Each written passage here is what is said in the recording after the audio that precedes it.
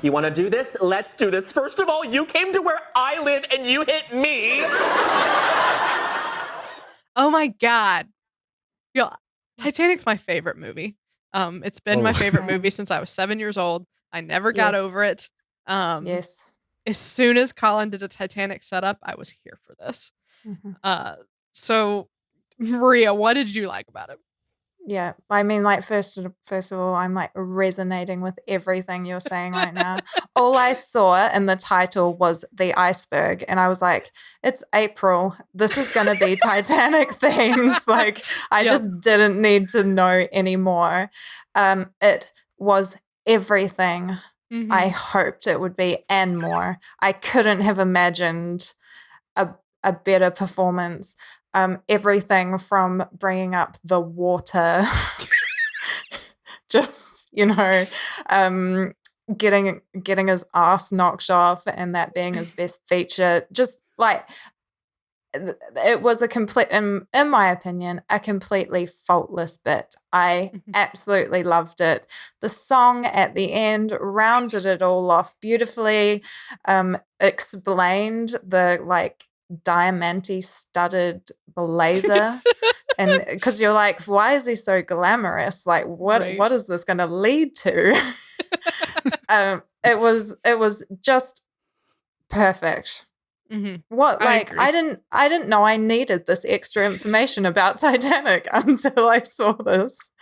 Right. The only thing this was missing was a mention of the faulty rivets on the ship, which is what's really to blame. It's in the Snyder Cut. Yeah. But no, this was perfect. Bowen, I mean, wow, he just performed the heck out of it. I thought it was such a great idea. The costume was amazing. Bowen had a little bit of blue on his face going into the next sketch. But yeah, I loved this. For the iceberg to play the victim, it just gives you so many places to go. And they somehow managed to hit all of them. And then added in he's a musician. Yeah. Which is so out of left field and so great. And of course the song's like bad. Which just makes it all the better. I loved absolutely every single thing about this, including the very solid points that he was making. And I will shift my rage to the water now. I'd go as far to say as the next time I watch Titanic, it will be different. Like, because of this I think sketch. You're right. Like, I don't think I will ever be able to watch that iceberg.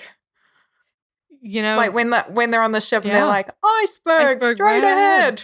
I'm just gonna see Bowen Yang's face under the water, like bobbing up in the water. Naughty water. I smell a fan edit coming. A cultural impact for the ages. Yeah. Steve, did you feel as enthused as we did? Yeah, for sure. I was part of the Titanic mania from 1997. And none of us have been the same since. I just want this whole piece to be an example of just taking a chance on the weirdest ideas you have. Like, when you feel like you have writer's block, maybe it's not that you have writer's block, but you're just not giving the weird stuff that comes to your mind a chance.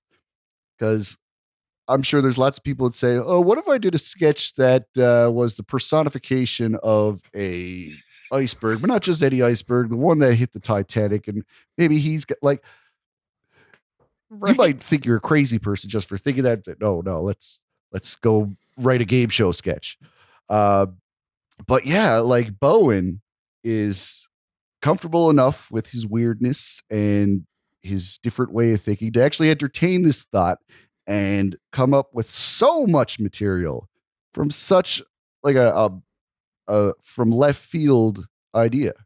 And like, not only did we get all the perspective of the iceberg, but like all the randomness of him becoming a musician and singing a song at the end. Like the just the structure of this piece is so it's like a tornado. Mhm. It's like a shipwreck. Oh, but yeah, this was, I think, the best piece of brilliance of the night. Yeah, a tornado is a good way to put it, and Bowen brought all of the energy to make that tornado work. Yes. Yeah. I don't actually have anything more to say about it, but I just No. loved it so much. Like I wish we could talk about it for another hour. I think it's also another really classic example of, like what you were saying, Steve, that you can really write and do anything, and if you're enjoying it as well while you're doing it, then everybody else is going to be in there with you. And so, not only did he write an amazing bit, but he just performed it in such a great way that you were just like, I want that album. It doesn't exist, but I want that Iceberg's album. Yeah. I hope 12 they tracks, make no it. skips. Yeah. I Music. would buy that. Where can I find it? Touch me while the room is spinning. Kiss me, let's go eat some dinner. Wine me, dine me, I had an early lunch, but I'm hungry for you, lover boy. The iceberg from Titanic, everyone. That's not my name. Up first is moment of the night. Maria, what is your moment? It's the iceberg, hands down. Him coming out, like the reveal of the iceberg. Yeah, the just that whole moment. It could, in fact, just be his line saying the water, which is just stuck with me. But yeah, That's a good one. yeah. That's a good one. Up next is best sketch.